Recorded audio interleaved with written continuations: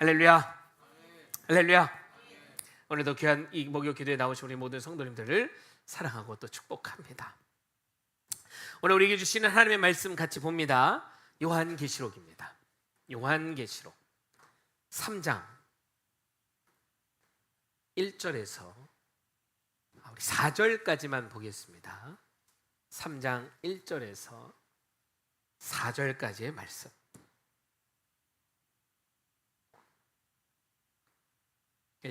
3장 1절에서 4절까지의 말씀. 사대교회 사자에게 편지하라. 하나님의 7영과 7뼈를 가지신 이가 이르시되 내가 내 행위를 아노니 내가 살았다 하는 이름은 가졌으나 죽은 자로다.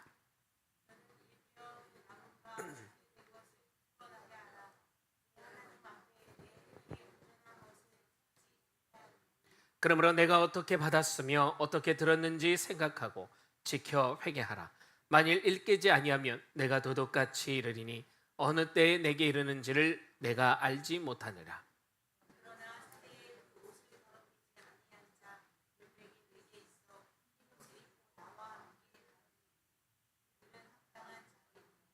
아멘, 아멘.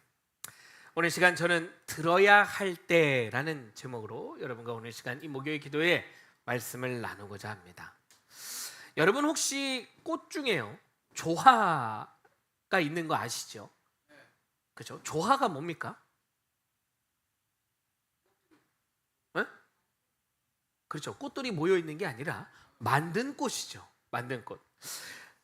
조화, 우리 엘리베이터 옆에 꽃들이 있잖아요. 그 속에 조화가 있는 거 아십니까?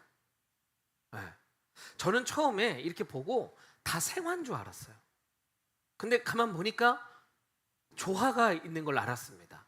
질문 하나 드려볼게요. 어떻게 알았을까요? 네? 만져보고, 물론 만져보지 않고 육안으로도 이게 조화인지 생화인지 알 수 있습니다. 뭐가 있을까요? 시들지 않아요. 그죠? 변화가 없어요. 몽우리가 이렇게 져 있는데 그대로 계속 있죠. 1년 내내 있습니다. 또 뭐가 있을까요? 향기가 안 나요. 비연이 오늘 퇴근해도 될 것 같습니다. 다 했어. 할 일 다 했어. 제일 앞에 앉아가지고 할 일 다 했어요.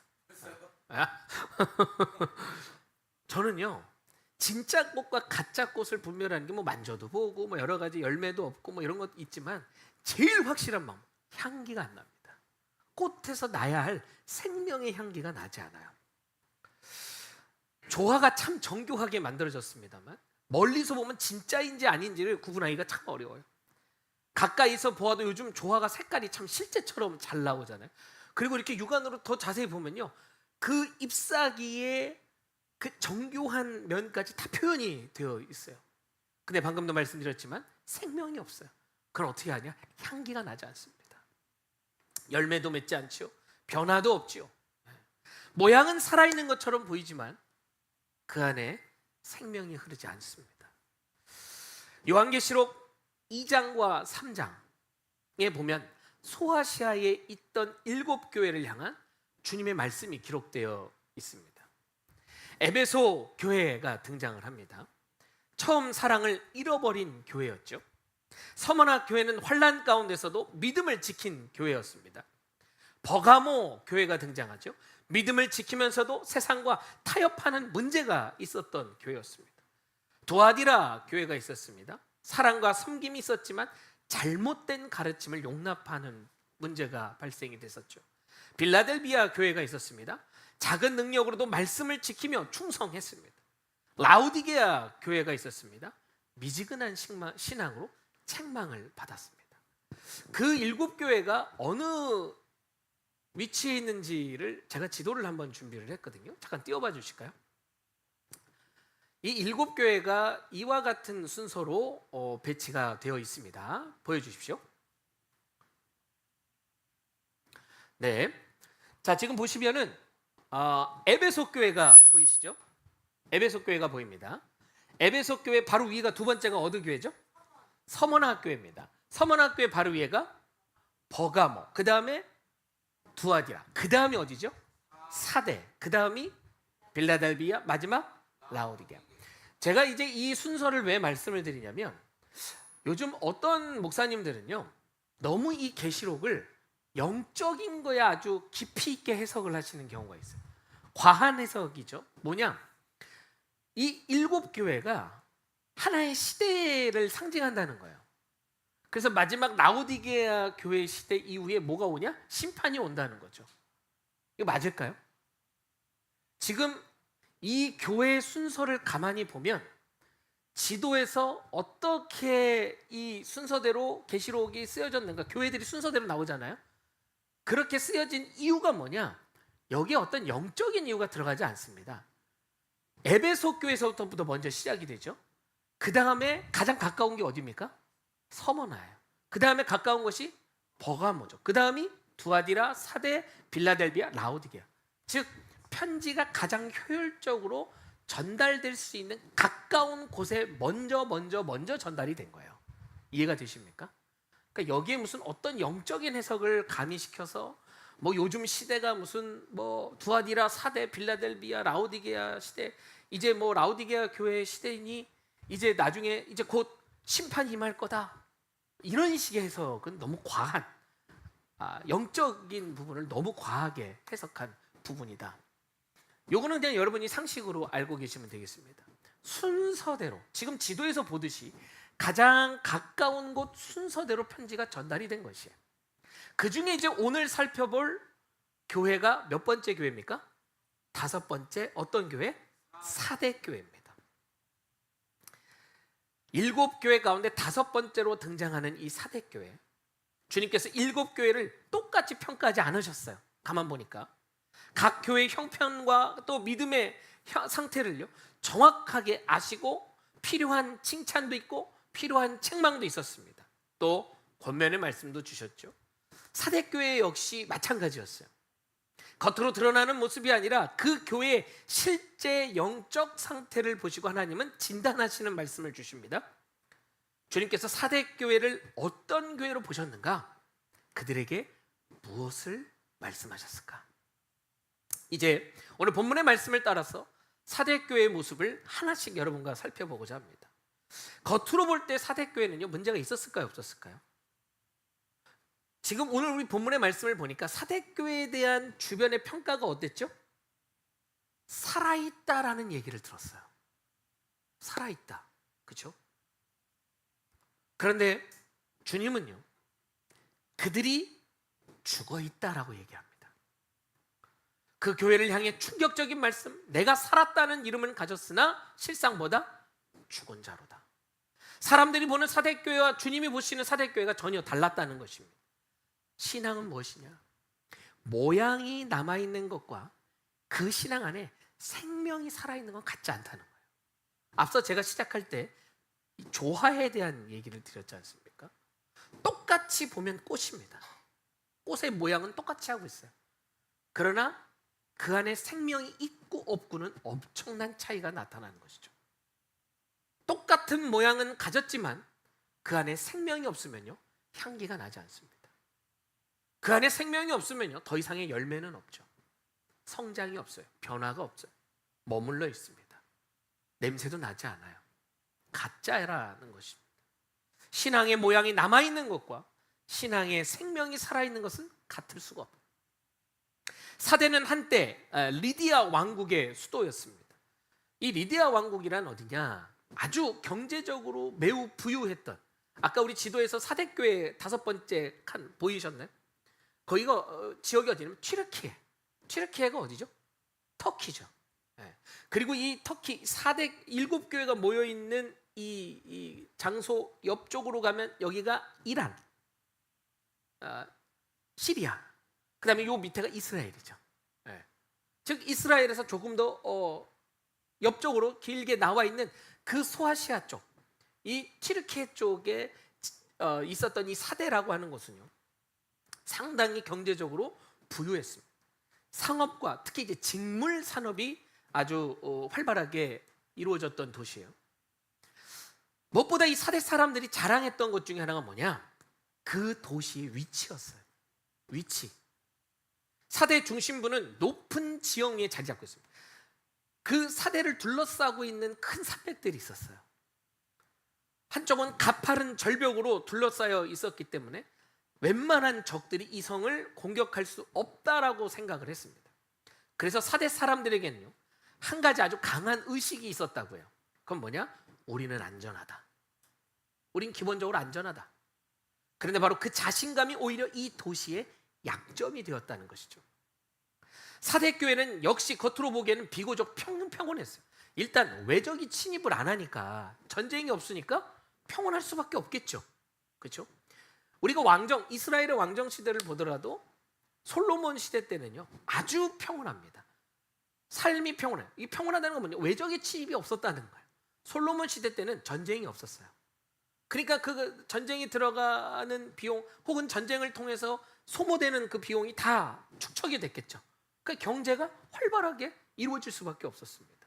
부강한 나라, 백성들이 평안하게 잘 사는 나라였겠어요. 그렇죠?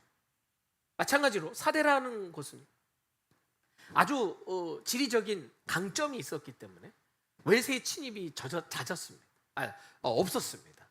그러다 보니까 평온하게 안전하게 살아갈 수 있었다는 거예요. 서머나 교회처럼 심한 박해가 있지 않았어요. 사대 교회에는요, 박해도 없었습니다.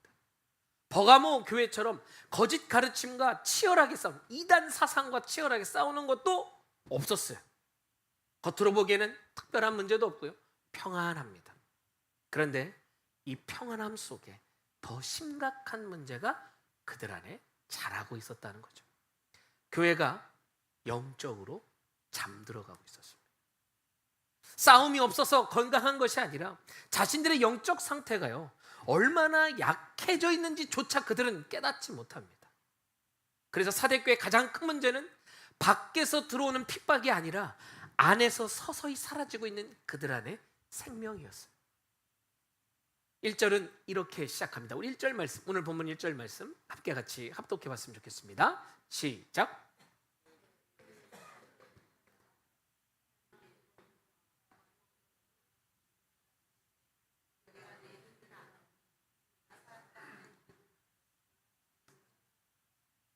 요한계시록에서 주님께서 각 교회에게 자신을 소개하는 방식, 그 교회가요, 처한 형편과 연결시켜서 당신을 소개하십니다. 사대교회는 무엇보다 무엇이 필요했다? 생명이 필요했다. 그래서 예수님은 자신을 먼저 하나님의 7영을 가지신 이라고 소개를 합니다.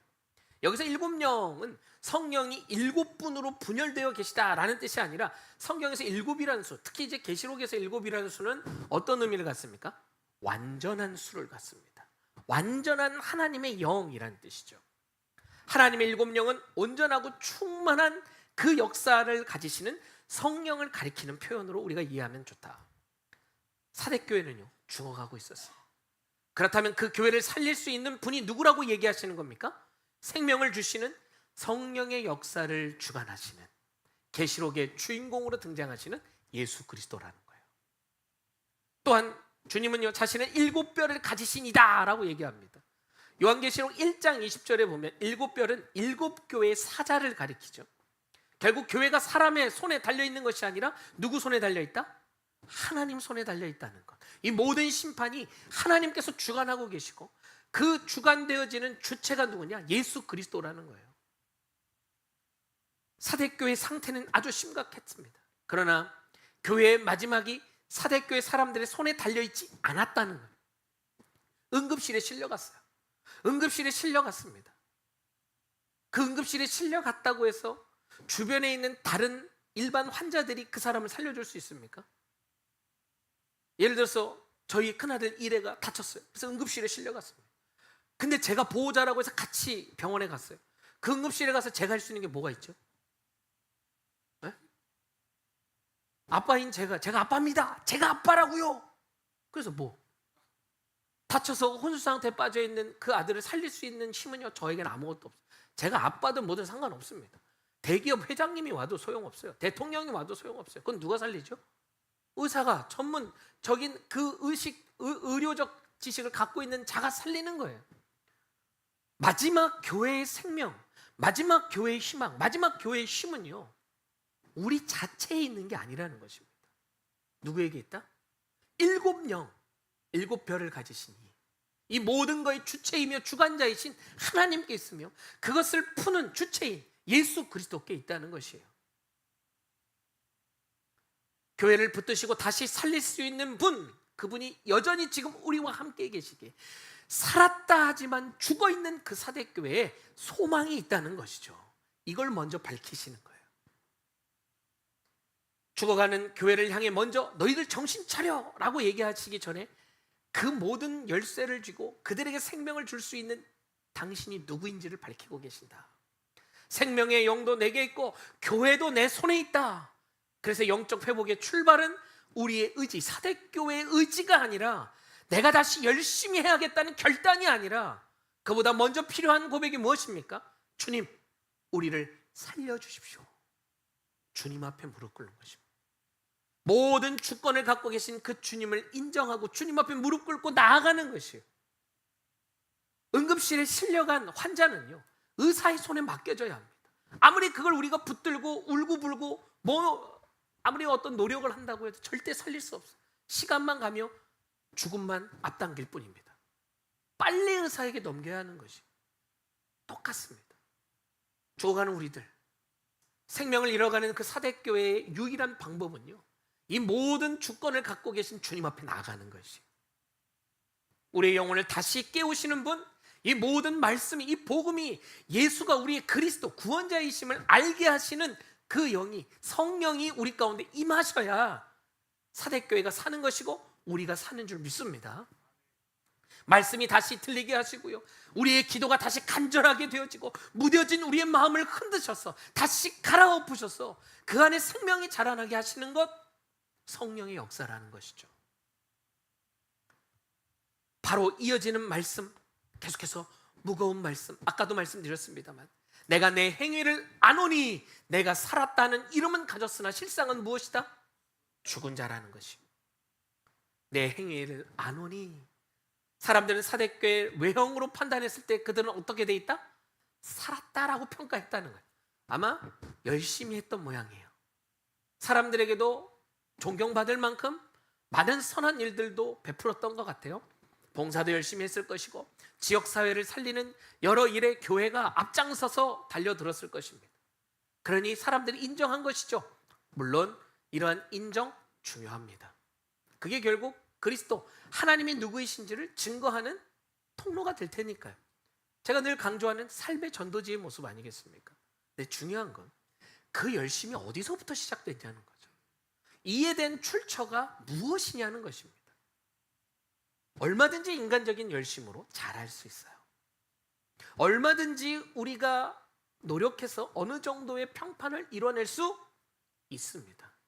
근데 중요한 건 교회의 존재의 목적은 뭡니까? 사람들에게 인정받기 위해 존재하나요? 우리 교회는 하나님께서 계획하셔서 이 땅에 보내셔 하나님의 뜻을 이루는 통로로 쓰임받는 곳인 줄 믿습니다. 사람이 어떻게 평가하는 건 중요하지 않아요. 그것은 따라오는 것이죠. 그걸 무시하겠다가 아니에요. 그게 우선이 아니라는 것입니다. 사람의 평판에 따라 움직이게 되면 교회는요, 망가집니다. 그 순간 사람들이 좋게 얘기하는 대로 교회는 잘못 흘러갈 수밖에 없는 것이죠. 우린 성경의 역사 속에 그런 모습들을 수많이 보게 됩니다. 구약의 모습을 보십시오. 이들이 분열왕국 때 북이스라엘 남녀 다 똑같아요. 그들이 망하기 직전 그들의 모습이 어땠습니까? 하나님이 전하는 메시지는 듣지 않아요. 왜요? 하나님이 전한 메시지는 뭐였습니까? 그들이 망한다, 안 망한다? 망한다는 거였죠. 근데 망하고 실패하는 거 좋아하는 사람이 있습니까?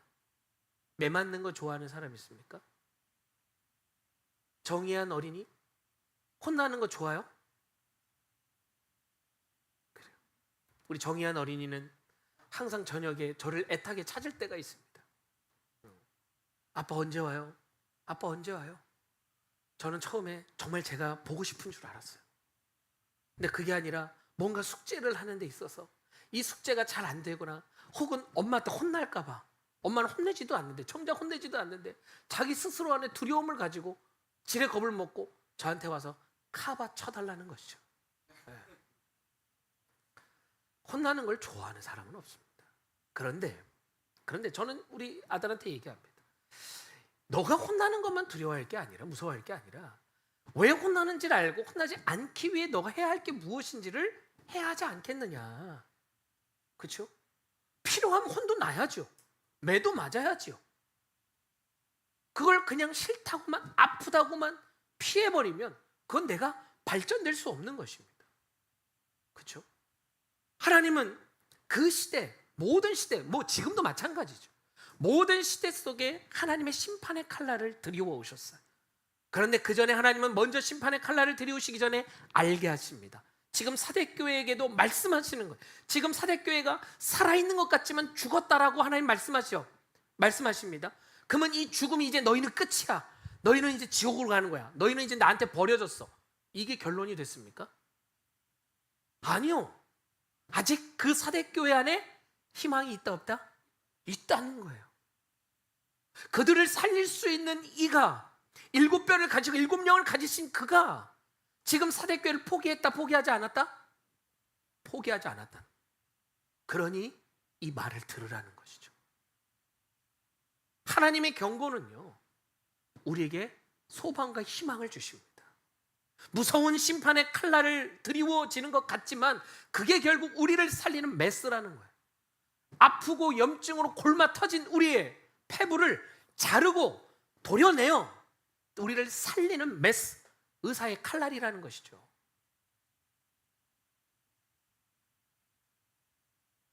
살았다는 이름을 가졌으나, 이름을 가졌다는 건 그 교회 형성된 있던 평판을 가리키는데요, 사람들 보기엔 그가 살아있다라고 평판을 받았다는 거죠. 어쩌면요, 사대교회 자신들도 살아있다라고 여겼을지도 몰라요. 그러니 그달에 정말 중요한 것을 놓치고 있는 것을 잃어버리고 있었던 것이죠. 우리 교회 이 정도면 괜찮아. 그런데 주님의 평가는 죽은 자랍니다. 여기서 사대교회의 가장 무서운 문제, 자신이 죽어가고 있다는 것, 내 안에 이 염증이 아직 해결되지 않은 채 내 온 몸을 좀먹고 나를 병들게 하고 있다는 그 사실을 모르고 있다는 것이에요. 아픈 줄도 모르는 사람은요, 치료받을 생각조차 못합니다. 사대교회가 바로 그런 상태였죠. 평판이 실제 상태를 가리고 있었어요. 사람들이 잘한다. 물론 사람들 보기에 좋아 보일 수 있습니다만 우리는 생각해야 합니다. 교회는요, 사람들 보기에 좋아라고 존재하는 교회가 아니에요. 교회는 먼저 하나님의 뜻이 이루어지는 교회입니다. 자연스럽게 하나님의 공의와 정의와 하나님 말씀이 선포가 되면 세상에서도 당연히 인정받을 수밖에 없겠죠. 세상으로부터 존경받을 수밖에 없겠죠. 오늘날의 교회가, 대표적인 교회라고 하는 것들이 왜 세상을 향해 지탄을 받습니까? 혹자는 그래요. 세상이 악의 세력이다, 교회를 핍박한다. 그럴 수도 있겠죠. 근데 우린 돌아봐야 합니다. 과연 그게 세상이 악의적인 마음으로 사단의 도구가 되어서 교회를 핍박하는 것인 것만, 뭐라고 표현을 해야 돼? 핍박하는 것이라고만 생각할 수 있을까? 그렇죠? 항상 우리는요, 돌아봐야 하는 것이에요. 그리고 우리의 기준은 세상이 우리를 비난하고 핍박한다고 해서 그게 또 기준이 돼서는 안 됩니다. 그러면 말씀을 가지고 우리를 지켜봐야 하는 것이죠. 조명해 봐야 하는 것입니다. 과연 하나님의 말씀에 우리가 벗어난 것은 없는지, 저 세상이 지적하고 우리를 향해 핍박하는 그것이 정당한 것인지, 정말 그게 하나님의 목소리일 수도 있잖아요. 마치 남유다가 하나님께서 그 성전도 파괴되고 다 망할 것이야 라고 예레미야 선지자를 통해 얘기하셨을 때 많은 남유다의 다른 거짓 선지자들이 뭐라고 얘기합니까? 안 망해. 왜 망해? 우리가 왜 망해? 우리 안 망해. 저 예레미야 선지자 저 거짓이야. 저를 죽이자. 생매장 시키려고 그러죠. 이와 같이 우리가 무엇에 집중하고 있는가? 우리 스스로 하나님께서 교회를 통해 이 땅에 승리를 가져오시고 교회는 반드시 승리한다라고 하는 그 약속을 잘못 오해하면 인간의 뜻을 관철시키는데 하나님의 뜻을 가져와 잘못 얘기하는 것과 같다는, 자꾸 포장만 하는 거죠. 겉은 썩어가고 있는데 포장지만 번지르하게 계속해서 쌓아가는 것입니다. 그러니 이렇게 볼 때 그럴듯한 거죠. 거룩해 보이죠. 뭔가 하는 것 같지요? 그러나 속은요, 썩어가고 있는 것이 회칠한 무덤 같은 것이죠. 저도 이 말씀을 준비하면서 이 한 주 동안 말씀 앞에 참 많이 서게 됩니다. 저는요, 말씀을 전하는 역할이죠. 기도하고 신방하고 교회 여러 가지 일들을 감당합니다. 그러다 보면 다른 사람에게는 언제나 믿음이 좋은 사람처럼 보일 수 있어요. 뭐 그렇다고 제가 믿음이 안 좋은 사람이라는 게 아니죠. 네. 제가 입고 있는 이 옷, 목회자라고 하는 이 옷, 입고 있는 이 가운, 이것이 혹 저라는 사람을 바르게 진단을 할 때 착각하게 만드는 요소가 되지 않기를 저를 위해서 기도해 주시기 바랍니다. 그게 하나님을 두려워할 줄 아는 자, 언제나 나의 삶에 하나님이 지금 분명하게 살아계시다는 것, 시퍼렇게 살아서 내 삶을 주관하고 계시다는 것, 제가 그 하나님의 대리자라는 사실을 자꾸 하나님의 자리를 꿰차고 들어가려고자 하는 이 노력이 1도 없기를, 철저하게 하나님 앞에 무릎 꿇는 자가 될 수 있기를 여러분 기도해 주시기 바랍니다. 제 사역에 누군가가 이런저런 좋은 얘기를 해요. 이런저런 좋은 평판을 가지고 이야기를 합니다. 그렇다고 제가 살아있는 자가 아니죠. 그런 좋은 칭찬을 듣는다고 제 목회가 무조건 하나님이 기뻐하시는 모습대로 가고 있다라고 단정할 수 없다고 저는 생각을 합니다. 혹 어떤 평판이 옳지 않더라 하더라도 그 평판이 과연 하나님의 입장에서 옳은가를 먼저 진단해 봐야 하는 것이죠. 사역이 잘 되고 있느냐 이전에 하나님과 나와의 관계가 온전하게 이루어져 있는가. 내가 생명을 공급받아야, 하나님으로부터 능력을 공급받아야 그게 흘러가는 거 아니겠습니까? 내가 하나님으로부터 받는 것이 없는데 어찌 여러분께 제가 흘려보낼 수 있을까? 빈 그릇 긁는 소리만 벅벅 들릴 수밖에 없지 않을까요? 정말 내가 하나님과의 관계가, 제가 하나님과의 관계가 온전하게 설정되어 있지 않으면 그 하나님으로부터 날마다 받는 은혜가 없고 성령의 능력이 없으면 무엇으로 사역할 수 있겠냐는 거죠. 우리에게도 각자의 이름이 있을 수 있습니다. 오랫동안 신앙생활한 20년, 30년, 40년 몇 대째 신앙생활한 신앙의 가문입니다. 직분자입니다. 봉사를 잘하는 착한 사람입니다. 성실한 사람입니다. 기도 많이 하는 사람입니다. 모두 귀한 타이틀입니다. 그러나 그것들이 내 진짜 믿음과 신앙을 살리는 생명의 주체는 아니라는 사실을 여러분 놓지 마시길 바랍니다. 과거의 은혜를 많이 받았다는 사실이요, 오늘의 영적 생명을 보장하지 못한다는, 나 말이야 한때 왜 자꾸 과거를 얘기합니까? 과거를 돌아보고 나를 다시 점검하는 거울로 삼는 건 중요합니다. 좋습니다. 그러니까 중요한 건 우리는 언제를 살죠? 지금을 삽니다. 오늘을 살아요. 언제까지 과거에 매여 있을 겁니까? 한때는 나도 그랬어. 그래서 지금도 그러냐는 거예요. 왜 그런 얘기 하지 않습니까? 신앙생활 열심히 하는 분들 이렇게 보면 아이고 다 저럴 때가 있지. 나도 예전엔 뜨거웠지. 나도 예전에는 하나님 앞에 열심히 했지. 마치 신앙생활 오래 하면 자연스럽게 식어가는 모습이 당연한 것처럼 여겨지며 그렇게 넋두리하듯이 얘기하는 모습들을 보게 됩니다. 여러분 어떠실까요? 여러분의 생각도 그렇습니까?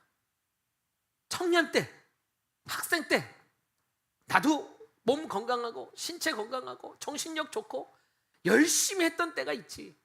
언제까지 그때만 그리워할 거냐는 거예요. 그럼 그때는 살아있고 지금 죽어 계십니까? 신앙이 그런 건가요? 하나님이 일하심이 그런 겁니까? 잘 되는 때, 열심히 하는 때 따로 있고 나중에는 그저 신앙이 식어가는 것, 그건 자연스러운 거야. 사대교회가 지금 그런 모습이잖아.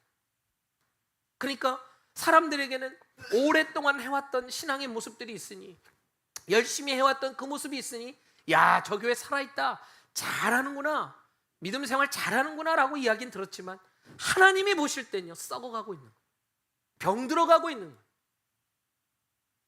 과거에 한때 사람들의 말에 심취해서 지금 내가 어떤 상태인지를 말씀으로 진단하지 못하는 상태, 영적인 응급 상태가 발생이 된 것입니다.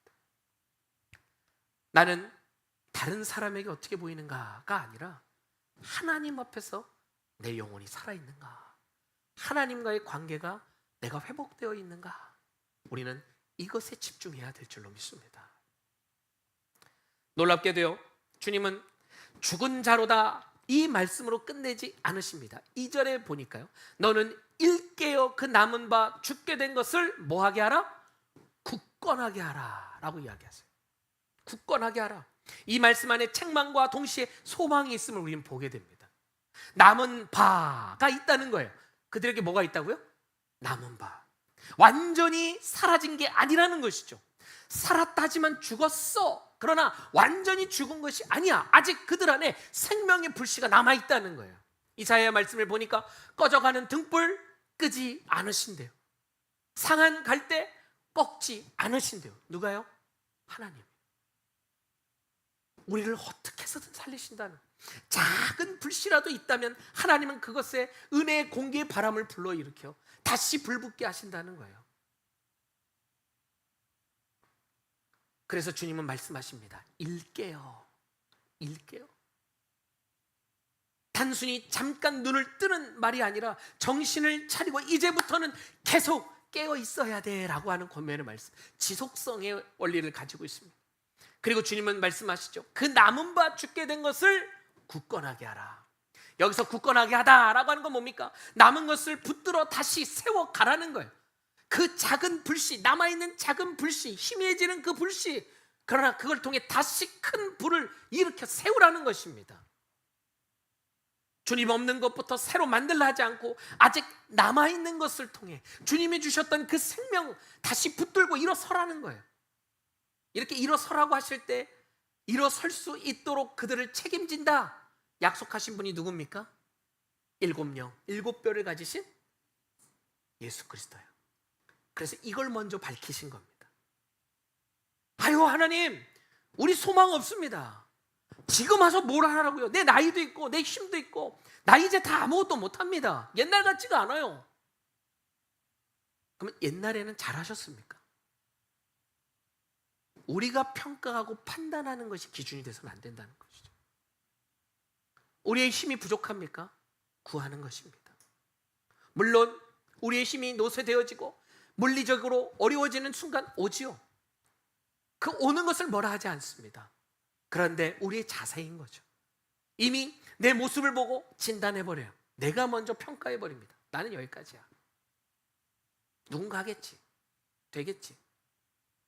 그렇죠. 반드시 또 다음 세대들도 일어나야 합니다. 그거는 하나님이 일으켜 세워 교체의 시기가 되면 자연스럽게 교체되는 것이죠. 그럴 때까지 우리는 어떻게 합니까? 살아있는 자로 남아야 되지 않겠습니까? 여러분 안에 그 남아있는 것 주님이 일으켜 세우시고자 하신다잖아요. 여기까지라고 내 스스로가 한계 지었던 그 모든 것들을 주님이 다 갈아엎으시고 다시 살리신다잖아요. 왜 주님이 살려서 새로운 불꽃으로 타오르게 하신다는 걸 왜 내 스스로가 아니에요. 필요 없습니다. 난 여기까지입니다. 왜 내 스스로가 규정합니까? 왜 우리 스스로가 포기해버리죠?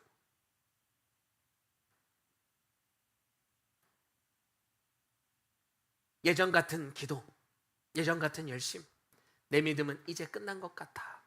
누군가 하겠지. 아니요. 주님은요, 여러분을 부르십니다. 나를 부르십니다. 모세가 몇 세에 하나님의 컬링을 받았다고요? 그의 나이 80이었어요. 모세가 쓴 시편 90편 있죠? 그는 그렇게 얘기합니다. 그 시편에 보통 사람이면 70이요 강건하면 80. 모세가 하나님 앞에 부름 받았을 때 그의 나이 80. 그러니 모세는 어떤 생각을 가지고 살았을까요? 여기까지구나. 내가 왕궁의 왕자로 있을 때 좀 하나님 부르시지. 왜 이 꼬부랑 할아버지가 다 되어서 지팡이를 의지하며 살아가는 이 유목민, 아무런 힘없는 이 목동, 그런 나를 왜 다시 부르시나? 그래서 실제로 모세가 하나님의 그 현연 앞에 떨기나무 가운데 하나님이 이집트로 가라 라고 할 때 모세는 뭐라 그럽니까? 안 갑니다 라고 얘기하죠. 이게 참 놀랍지 않습니까? 하나님의 현연이 나타나서 그에게 말씀하시는데 모세는 하나님, 저를 아직 잘 모르시나 본데 제 나이가 80입니다. 제가 어디 가면 저희 입술도 이제 둔합니다. 못 갑니다. 근데 하나님 뭐라 그러시죠? 내 입술을 창조한 이가 누구냐? 내 입술을 지은 이가 누구냐? 그럼 보여주시잖아요. 두 가지 표적 보여주셨어요. 첫 번째 표적 어떤 표적이었습니까? 그가 가지고 있는 지팡이를 던지라 했더니 뱀이 됩니다. 왜 뱀이라 그랬죠? 호랭이도 있고 독수리도 있고 사자도 있는데 왜 뱀이었을까요? 그 뱀이요, 파라오를 상징하는 우라에우스, 파라오 쓰는 모자의 가장 앞부분에 달려있는 코브라를 상징합니다. 왕권을 상징해요. 그 왕권이 지금 누구 손에 있다는 걸 보여주십니까? 하나님 손에 있다. 내가 너에게 명령하여 내게 네 능력을 주어 그 뱀의 꼬리를 잡으면 다시 그것이 지팡이가 될 것이라. 그 손 안에 있다는 거예요. 두 번째 표적이 뭐였습니까? 옷자락에 넣었다가 빼니까 뭐가 되죠? 무드병에 걸렸다가 다시 또 낫잖아요. 생명의 인간의 생사 화복이 누구에게 있다? 하나님께 있다는 거예요. 그러니 가라는 것이. 성경의 많은 인물들을 보십시오. 아브라함에게 이삭을 몇 세에 주십니까? 100세에 주십니다. 하나님이 주시겠다 약속하시고 25년이 흘렀어. 끝났다. 이제 우린 다 끝났다. 왜 자꾸 내가 규정을 하냐? 주님이 정말 오라, 이제 마무리야, 와야 해 할 때까지 우린 달려가는 것이죠. 우린 그때까지 타올라야 될 줄로 믿습니다. 주님은 그때까지 우리를 살아있는 자로 여기신다는 거예요. 사랑하는 성도 여러분, 저와 여러분 달려가는 이 모든 걸음 속에, 그리고 지금 제가 여러분께 살아있는 자여야 됩니다, 주님이 부르실 때 열심히 해야 됩니다 라고 하는 걸 봉사로 이해하시면 안 돼요. 아이고, 또 목사님이 또 후반기에도 그렇고 내년에 구역장을 하는 거네, 팀장을 하는 거네, 또 목사님 저렇게 설교 때 지금 자꾸 나한테 눈 마주치시는데 나 이제 후반기에 뭐 하라고 하시는 거네, 밑밥 까시네. 여러분, 우리의 신앙이 살아있다는 건 어떤 봉사를 하고 역할을 한다고만 해서 살아있는 게 아닙니다. 여러분 스스로의 신앙에게 물으라는 것이죠. 주님을 향한 믿음의 열정이 타올라야 한다는 것이에요. 오랜 신앙생활 속에 형식화된, 그러나 하던 것을 익숙하게 합니다. 그러니 보았을 때는 잘한다라는 생각이 들죠. 꾸준하게 하고 있구나. 그러나 점검해 보자는 것이에요. 내가 무슨 교회에서 봉사하고 내가 어떤 교회에서 어떤 역할을 하고 이건 나중 문제고, 가장 먼저 우리가 정말 주님 앞에 살아있는 게 무엇이냐? 나의 신앙이 정말 살아있는가? 하나님과의 관계가 온전하게 형성되어 있는가? 나의 기도가 오늘도 주님 앞에 온전히 올려지고 있는가? 나의 오늘이란 이 하루 내가 정말 주님이 중심되어 살아가고 있는가? 물어보자는 것이죠. 혹시 사대교회처럼 내 스스로가 잘한다고 여기며 놓치고 있는 건 없는지.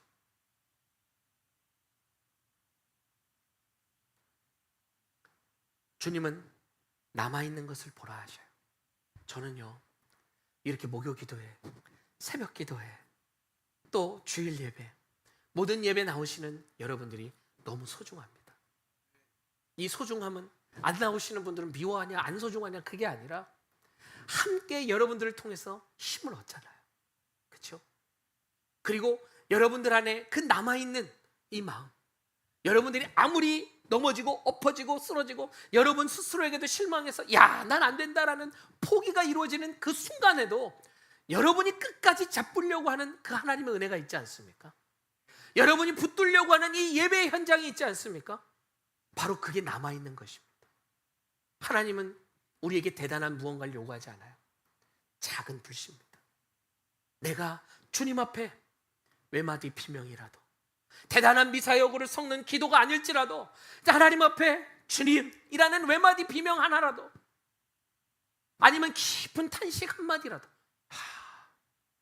거기에 어떤 대단한 설명이 붙지 않아도요, 이미 주님은 아실까요 모르실까요? 아시는 줄 믿습니다. 하나님, 저 오늘 진짜 가난한 마음으로 나왔습니다. 마음이 너무 빈곤하고 힘들어. 정말 아무것도 남아있지 않은 것 같은 텅 빈 마음으로 나왔습니다. 그러면 주님이 너는 어찌 하나님 앞에 나에게 나오는데 그렇게 준비되지 않는 마음으로 나왔느냐? 넌 가라. 넌 은혜 받을 자격 없다 라고 우리를 내치십니까? 천부여 의지 없어서 두 손 들고 갑니다. 주님 나를 박대하시면 나 어디 갑니까? 여러분, 우리가 이미 죄인 되었을 때 하나님은 우리를 사랑하셨습니다. 그 사랑은요, 한결같은 사랑이셨어요. 한 번도 우리는 주님을 배신한 적이 있지만, 우리가 주님을 등 돌린 적이 있지만, 우리가 주님으로부터 멀리 떨어진 적이 있지만요, 주님은 우리를 버리지 않으셨어요. 끝까지 우리를 살리셨습니다. 한 번도 그 사랑이 식어본 적이 없었어요. 오히려 더 타오르면 더 타오르시는 줄 믿습니다.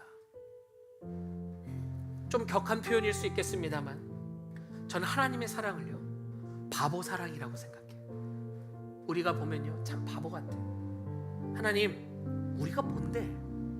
인자가 무엇이간데 그렇게 하나님께서 저를 생각하시며 우리가 무엇이간데 우리에게 모든 걸 내어주십니까?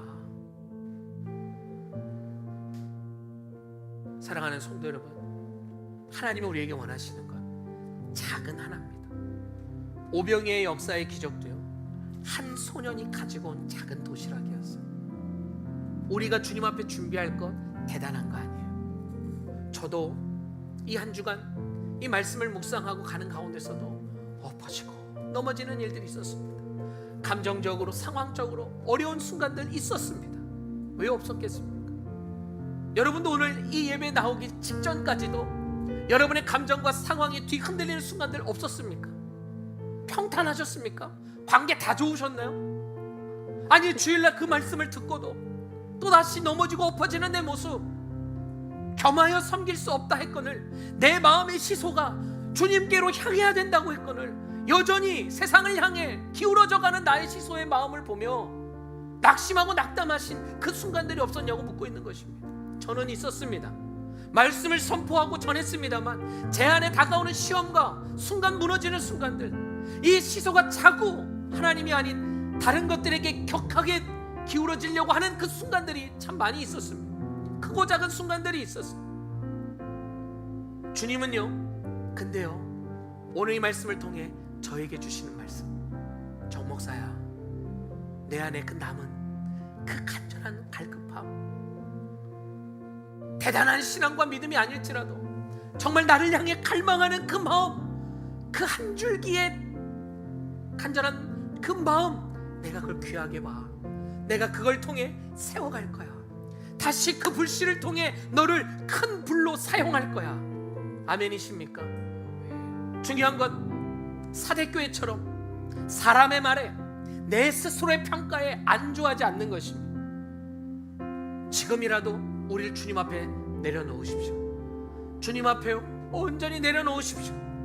맞습니다. 주님, 나의 신앙이 오랜 신앙생활 속에 굳어진 형식이 되지 않게 하여 주시옵소서.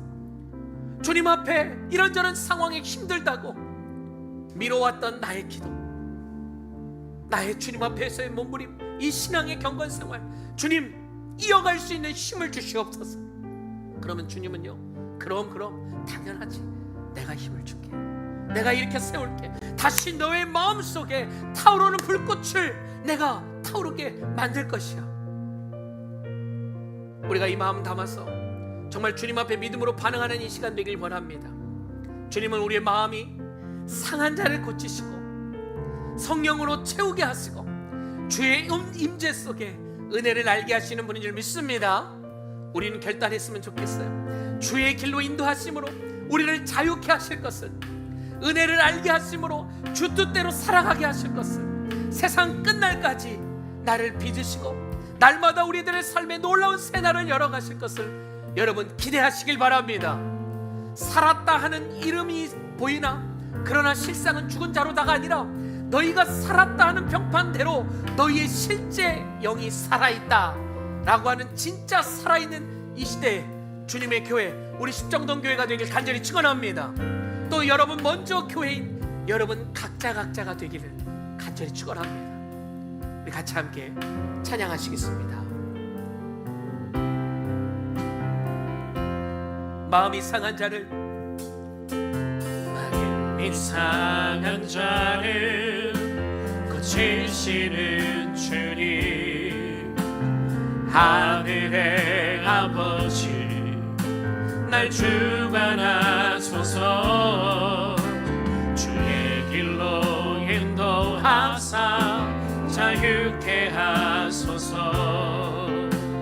새 일을 행하사 부흥케 하소서. 의에 줄이고 목이 마르니 성령의 기름 부으소서.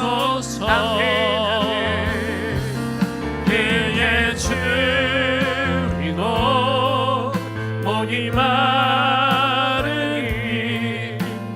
내 잔을 채워 주소서. 성령으로 채우사 성령으로 채우사 주 보게 하소서. 주의 임재 속에 은혜 알게 하소서. 주 뜻대로 살아가리 세상 끝날까지. 나를 빚으시고 새날 열어주소서. 그의 줄이고 목이 마르니 성령의 기름 부으소서. 그의 줄이고 목이 마르니 내 잔을 채워 한번 고백합니다. 그의 줄이고 그의 줄이고 목이 마르니 성령의 기름 부으소서. 아멘 아멘. 그의 줄이고 목이 마르니 내 잔을 채워 주소서. 우리 목소리로만 고백합니다. 그의 줄이고 목이 마르니 성령의 아멘. 기름 부으소서. 여러분 간절히 여러분 고백하길 원합니다. 주님 채워주소서. 그의 줄이고 목이 마르니 내 잔을 채워 우리 다시 한 번 더 목소리로 고백합니다. 주소서. 간절한 마음 담아 의에 줄이고 그의 줄이고 목이 마르니 성령의 기름 부으소서. 아멘 주님. 그의 줄이고 목이 마르니 성잔을 채워 주소. 우리 같이 한 마음 들어 두 손 높이 들어 한번 고백합니다.